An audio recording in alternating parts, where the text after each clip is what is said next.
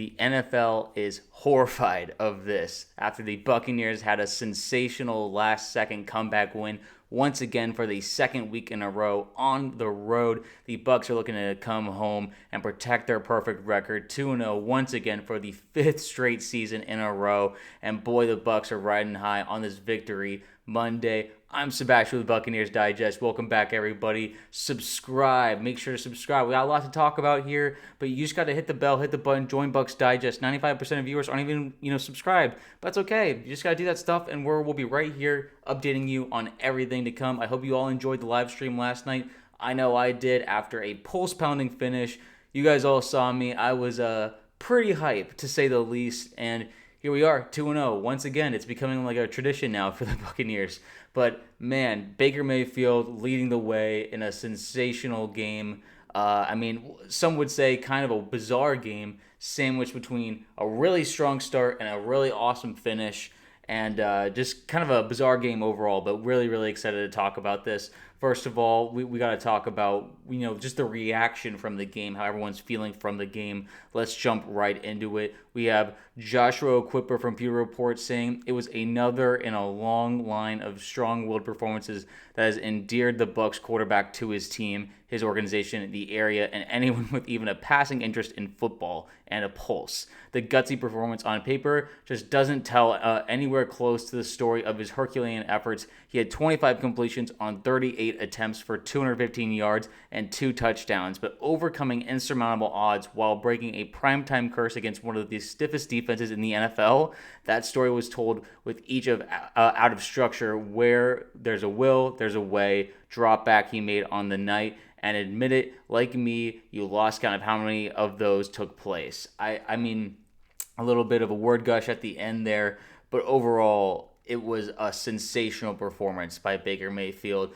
catapulting himself in the short list right now for MVP early on, just like he did last year. Shout out to Josh Grizzard for a really, really just a great offensive game plan, especially just depleted on the offensive line. We lost Luka Decky for most of the game, so we were without our 2 starting tackles going up against a fierce pass rush in Danielle Hunter and Will Anderson, and we managed to keep upright, have a relatively strong run game, and the guys worked it out. Charlie Heck, I want to shout him out. He also played decently. Obviously, he let some guys get by, and Baker got sacked a couple of times. But that's just, backup tackles. They're hard to come by in the league, and he did his best. We had to bring some tight ends in to help him out. But overall, the real story here, and what everyone's talking about this morning, is Baker Mayfield putting the team on his back. We had just over 2 minutes to start a drive, basically at the 20-yard line. It was an 80-yard drive, and we were down 5. The score was 19-14 Texans, and we needed a touchdown, and we got it after some amazing plays, a 4th and 10 play that will go down in one of the best plays in Bucs history. Crowded around the pocket. Baker makes a guy miss and then runs off the races and somersaults over a guy. We will look over at the drive in just a second, but I just kind of wanted to talk about overall the gutsiness and just the resiliency of this group. Bucky Irving was fantastic in the game, making guys miss. Rachaad White, a massive shout out to him. He had an amazing game. He had the game-winning touchdown, much deserved. He had an awesome fumble recovery that I really want to shout out. When people think Baker just fumbled the ball himself, it was actually really small. You saw one of the Texans players smack Baker's hand, the one that was running, and it went into the ball. So it was like a domino effect there. So it was a forced fumble by the Texans in that sense. But overall, it didn't really matter that much because right after that they blocked the punt and got good field position anyway. We will talk about that on another video, just kind of the special team struggles that the Buccaneers dealt with. Because after the first couple of drives where the Texans scored their first 10 points, it was a sensational performance from the defense, including a goal line stand where they turned the ball over on downs against the Texans. Stroud was really struggling to see the field. Nico only had 3 catches, one of them being an amazing touchdown grab. But overall, we were doing a great job defending. Benjamin Morrison looked really good. We had Chico Parrish with an awesome pass breakup. We'll be talking about the defense some more later on, but right now the main focus is Baker Mayfield. This team has rallied around him, and he has a real chance to be one of the all-time great Buccaneers. He's already been listed on the top 50 Buccaneers of all time after 2 seasons with us, and he's just going to keep climbing those ranks because this is just another fantastic performance. We got our get back against the Texans from 2 years ago where they broke our hearts. And then, it feels good overall. It feels really good, and the coaches feel the same way. Todd Bowles had to say it was a heck of a job in situational football. Baker on the 4th and 10 using his legs to get the first down. That catapulted everything from there. They did a heck of a job finishing.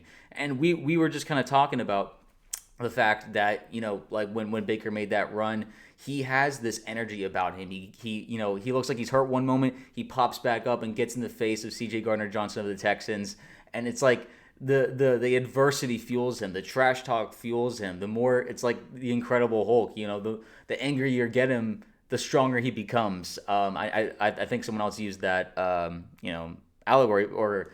But anyway, it's one of those things that I really really am excited about, and it's just great to have not be stuck on the QB carousel right after the Brady era where we have our guy. He's going to be our quarterback for a long time. He's going to earn that extension once again, a much bigger extension. He'll be probably in that $55 to $60 million per year area, but also Baker does seem he seemed like the kind of guy who will take a pay cut, a small.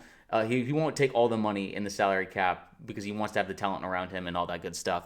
So overall, really, really just great stuff from Baker. Let's jump in, though, to the drive itself because I thought this was just a sensational performance. Baker on that 4th and 10 escaping and jumping over.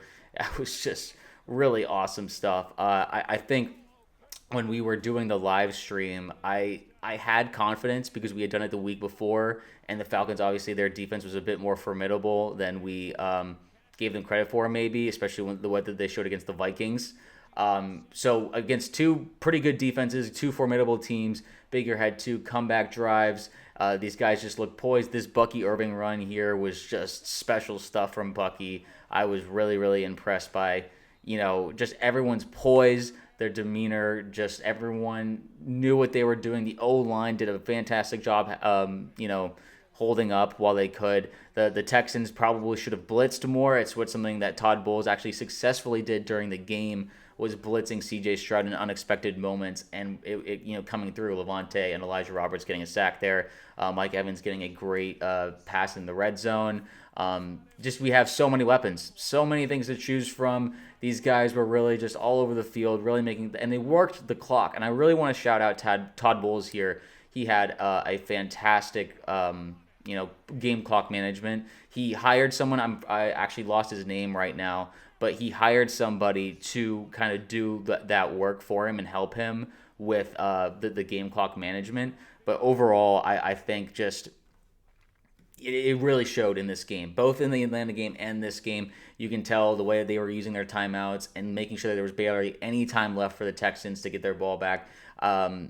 I thought it was fantastic stuff from Todd. I was getting worried. I thought they almost let too much time go off the clock. You could even argue that they could have used a timeout earlier, but in the end, it ended up working out. They had a timeout remaining, and they tricked the Texans because typically when you put Rachaad White in, you assume he's going to be pass blocking because that's kind of one of his biggest strengths just in the NFL in general. He's one of the best pass blocking running backs. So everyone assumes we're throwing it to Mike Evans. We're doing a fade, a classic fade to Mike. But we trick him. We hand it off to Rachaad. He runs up the middle and makes an amazing play. Just overall, just a fantastic job by him. And really just a shout out to him, man. He's gotten a lot of slack. A lot of people want to trade him. But overall, he's been an amazing addition just in clutch time for the Bucs. He's done it before. He helped us win against the Saints back during Brady's 3rd year with us. So I just can't sing him enough. Like he's obviously you can feel pretty down when Bucky Irving takes your RB1 spot, but he didn't mind, and he really just was a team player during this game, and I just really want to shout him out there. But in the end, it's Josh Rizard doing a great job play calling, great job getting the guys ready. Guys were physical, guys were resilient, And I'm just really proud of the group, and Baker is too. Baker had to say these 2-minute close games.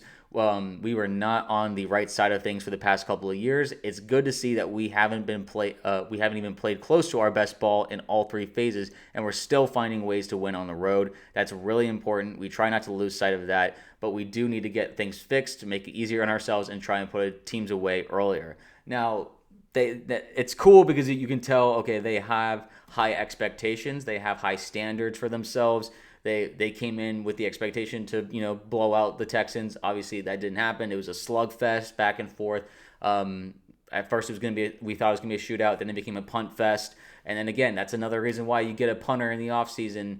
And so he was doing a good job until the block happened. I really wouldn't call that on Riley Dixon. I wouldn't say that's his fault. It felt like the blocking was really the problem there. And then obviously there was a big return as well from a punt. So special teams need some work there. Chase McLaughlin missed chip shot. So that's a big concern for us because we could have made things a little bit easier on us. Maybe make a field goal to win the game instead of, because it would have been an extra 3 points. We would have only been down 2, and we could have just kicked a field goal to win it. But then again, I don't even know if we could rely on that if the way that Chase has been looking. So you almost be down 5 and force yourself to drive the field and waste all the clock. There's some speculation that Todd Bowles allowed Nick Chubb. He told the defense to allow Nick Chubb to score so that the Texans couldn't run down the clock and kick a field goal to win the game when they were only down 1 point. I think that there's a good chance that that's a reality. The Bucs came up really clutch on a two-point conversion stop because that allowed us to only be down 5 and not 7 and not take things to overtime. I think there was there's a lot of interesting things. I personally am of the opinion you probably don't allow someone to score like that. You just don't know what's going to happen, especially when you have all 3 timeouts and the 2-minute warning. But it is what it is. We won the game, and I'm not going to complain. When they scored the touchdown, I was thinking in my head that this isn't the worst case scenario. We have a chance. We have time, and we have timeouts. And the only problem was that the offensive line was really, really banged up. It was just a matter of, can we overcome that? Can we get past this fierce defensive pass rush from the Texans? And just, they have some good secondary players as well. And we did. We had an amazing drive like we showed on here. And I'm just really proud of this group. I'm really proud of just the way that they fought. I think a lot of Bucs fans in general are just really proud of the way that they fought. Baker Mayfield has solidified himself as just a top-tier quarterback in this league. A threat to be reckoned with, and my expectation will be that teams will be putting a QB spy, defenses will be putting a QB spy on Baker very, very soon and shortly in their defensive game plan, because there's been so many 3rd downs and 4th downs where he's escaped the pass rush and run for the 1st down because the field is wide open. They're treating him like some non-mobile quarterback, and that's just not the way to treat Baker Mayfield. He has legs for days, and just in the sense that he can run for a while. He has a lot of energy, and he steps up in the moment that he needs to. So I just overall am really, really proud, and I think that this was an excellent moment for the Buccaneers. It shows that we're never out of it. Doesn't matter if the Bucs, if the offense or the defense is faltering at one moment, they can pick themselves back up whatever next drive occurs. And there's just, there was misplays, obviously. Special teams, there's some concerns there.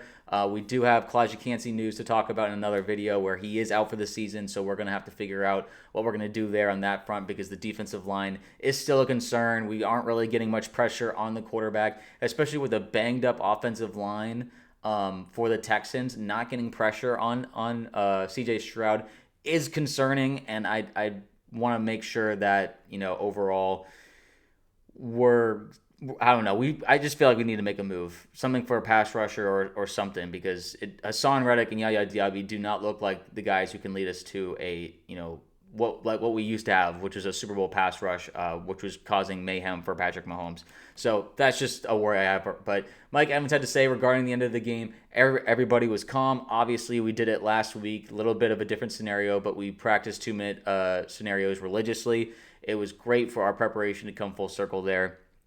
I mean, Mike Evans, one of the Buccaneer GOATs, really just, singing praises, and it really feels like there's so much confidence with this team. The culture is fantastic. The guys just believe in each other, and I'm just, really, really excited about coming home finally. These are 2 road victories against 2 teams who will be winning a lot of games this year, likely.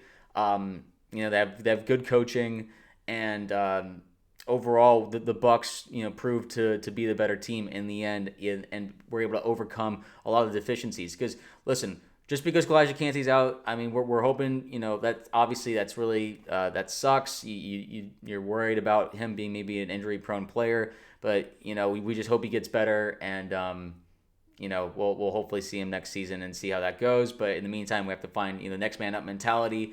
And then, Luka Decky, can we get him back healthy again? The foot injury took him out of the game pretty early on. And, can we get Tristan Wirfs back? I don't really love the idea of doing another game without both our starting tackles. That will catch up with us eventually. But at the same time, so that might encourage the Buccaneers to rush Tristan Wirfs back, which might not be the best for him either. So it's a bit of a sticky situation we're in right now in terms of this week in practicing for the Jets. But I believe in this coaching staff and the training staff. They've been doing the right things so far. And, the Jets might be out without their starting quarterback in Justin Fields. But we'll preview that game later on. Right now, we got to ride the high of getting 2 road wins to start the season 2-0. Once again, we have a great start. We beat our division rival the first game. We beat a big AFC team, a playoff team from last year here. So not much to complain about just besides injury worries. And Baker is that guy. The NFL really is going to be putting him on notice. He's once again starting off the season strong, 5 touchdowns to 0 interceptions. And that was something we talked about earlier on, is that we can't let him. It's not we can't let him, but we just don't want him to having these turnover problems. There was that one moment with the fumble, but fortunately that Rashad jumped on that. But, the interceptions, we wanted to keep that low, and 2 games in, he's off to a good start. Emeka Egbuka with 3 touchdowns now on the season, starting his Offensive Rookie of the Year campaign very strongly. I am excited to just see all the hype around him. It's well-deserved. He's got some competition with some of these other players right now, but overall, he looks like the front runner right now. And, I love the running game. I'm loving the passing game. And we'll be talking about a lot more coming up. But right now, I just wanted to just hats off literally to Baker Mayfield, what he's done for this team. He's, we thought that we'd be down in the dumps again, back to the bottom of the division after Tom Brady left. And look where we are now. We're the kings of the South, and we are a perennial playoff team because of the way that they have organized this team, the culture that we have. And just Baker's been a monster. He's been so likable, so much fun. He's beloved by the NFL community, not just the Buccaneer community. I just am so excited. And what a win. What a win. What a way to start the season. Bucs fans, sound off in the comments below. What was the most exciting aspect of the game last night? What was your biggest positive, your biggest negative, your concerns? How are you feeling just for this season in general? Let me know in the comments below, and we'll keep you updated on all things Buccaneers. Elijah Canty news we will talk about as well. Defensive performance from yesterday we will have another video about. All that stuff coming up soon. So stay tuned, and I will see you then.